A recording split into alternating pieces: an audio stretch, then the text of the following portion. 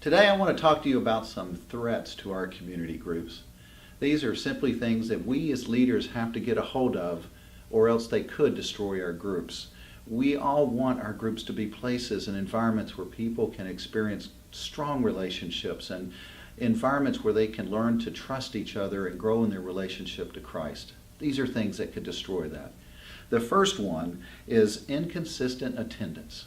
When people start becoming sporadic in their attendance, it has the tendency to communicate that this is not a priority, and it may not even be important. That can destroy the morale of a group. So here's what you can do to combat this threat. When an individual or couple misses a group meeting, within 36 hours, contact them by phone. Let them know that you noticed they weren't there and that you care about them, and you want to make sure that everything is okay. That just creates an environment of relationship and trust and lets them know that this is a priority. A second thing you can do is establish when a person enters the group or when you start a new group that attendance is expected, that this is a priority in your life and we expect you to make this a priority and be present most weeks. A second threat to our groups is awkward personalities.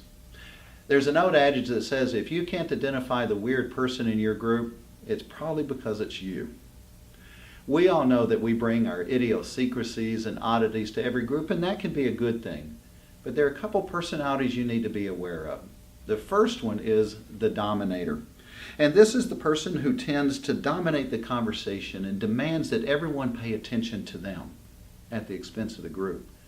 A second personality is the opinionator. You've all met this person. They think that no matter what the subject, that they're an expert and they have an opinion that must be heard. The best way to address these people is after the group is over, pull them aside and lovingly let them know how they are negatively affecting the group.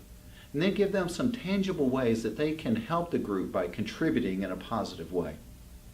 A third threat to our groups is fakeness.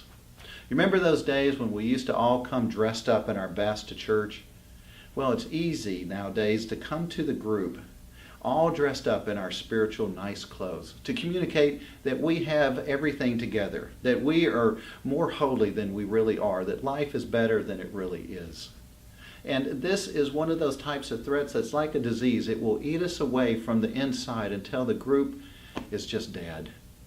Now, the best way to combat this threat is you as a leader need to be open and transparent and authentic yourself.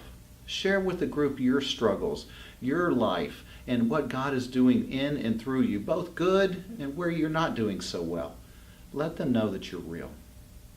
Now, the final threat is one that just hits us every year, and it is the summer break.